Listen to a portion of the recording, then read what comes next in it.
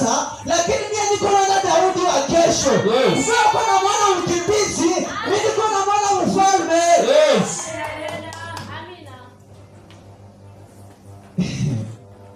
Unaona tu mtu unaanza mzarau, unaanza mnegilishe. Sasa ni kwamba haweta mparkuru yule mtu mko miraki. Mparkuru yule mtu kwa na magari. Mparkuru yule mtu ni patron boss. Mmekosai hali ya kuwa. Lakini mparkuru yake biko acha kunegilisha mtu. Yes. Hautaweza mtakusaidia kama maisha.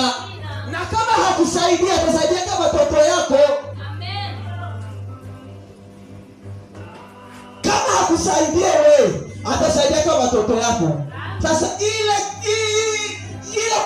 kuzarau hivyo tukutuma tunakosa vya mingi na tunalia.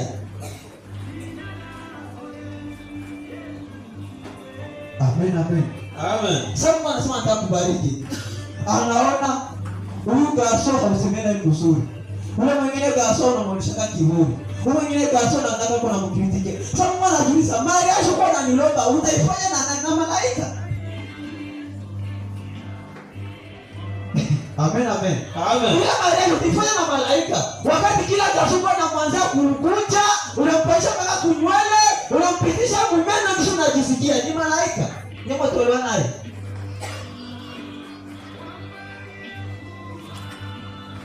Iko febe sai, iko ovu sai, anazalika sai, lakini kesho yake utashangaa. Baba najiuliza, mbona unazaa nifuataka? Kumende kuwaka elimu maisha, baba unaanza regreteo.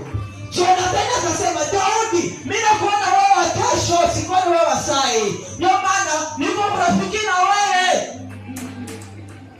Amen. Daudi akasema, sasa haina problem. Niambie unataka nini? Jonathan napenda sana huyo Jonathan. Akasambia Daudi, aseme, mimi naona babangu hakupendi na tena anakukimbiza. Lakini utanifanyia jambo moja hivi. Unilapie. Kama siku utakuwa kama mfalme, hautafanya kwa kizazi yangu kitu. Amen, amen. Amen. Unasema Jonathan, aseme, unilapie. Kama siku utakuwa kaua, watu wa kizazi yangu hautamfanyaka kitu. Ema Daudi alijiona iko DLC. Ni mkimbizi kwanza. Iko sana wakana pale kama siku mata waka president. Atawaka mfalme. Meiona tena namwambia hivi, asema unilapie kama siku wewe utakuwa mfalme, hautamfanyaka kwa kizazi yangu kitu. Jumu wewe niko na ama etwale ya kurenye, ama etwale ya kudirije. Unisaidia unilapie vile. Aseme Daudi akaangalia Jonathan akamwambia hivi, kama vile Bwana Mungu aishivyo, sitafanya kwa mchezaji wako kitu. Pakawatibishana masetire, mmoja akapita huku, mwingine akapita kule. Amen, amen. Amen. Daudi akaenda zake, Jonathan akaenda zake. Sasa siku zikapita, miaka ikapita. Wakati zilipita, Jonathan akakufa, Sauli akakufa. Mungu akasaidia kwa sababu Mungu anasema kama anaheshimu sana neno lake kuliko jina lake. Daudi akakuwa mfalme. Amen, amen. Daudi akakuwa nani? Akakuwa mfalme. Wakati alikuwa mfalme, siku moja analamuka, aseme roho ya kutenda mema ikamwingia. Wakati roho ya kutenda mema ilimwingia, aseme akaangalia mtu mwalinapea gani shaka ni Jonathan. Akasema hivi, "Mnitafutie mtu mmoja wa kizazi cha Sauli mangali." Yes. Nimtendee nani? Mema. Roho ya kutenda mema na fani inaniingia. Amen, amen. Amen. Na kulikuwa sheria ya Israeli nasema hivi, kilema hana bila ukayanga malepe hii. Sio kama unasikia vile? Yes. Kilema hana bila kufanya nini? Ya kayanga Israeli. Pourquoi? Parce que wakati Daudi alikuwa penda kuwa mfalme, Vile maana vilinyaka mbele yake nilikuwa nasema hawezi kuwa mfalme. Yes. Utongoza ni. Mimi nikashangaa. Watu basema wanaitika uko mfalme lakini vile vinaanza kupinga. Ya kushangaza hivi. Mtu mzima anakuitikia. Mekileme nasema kama hautakuwa hawezi niongoza wewe.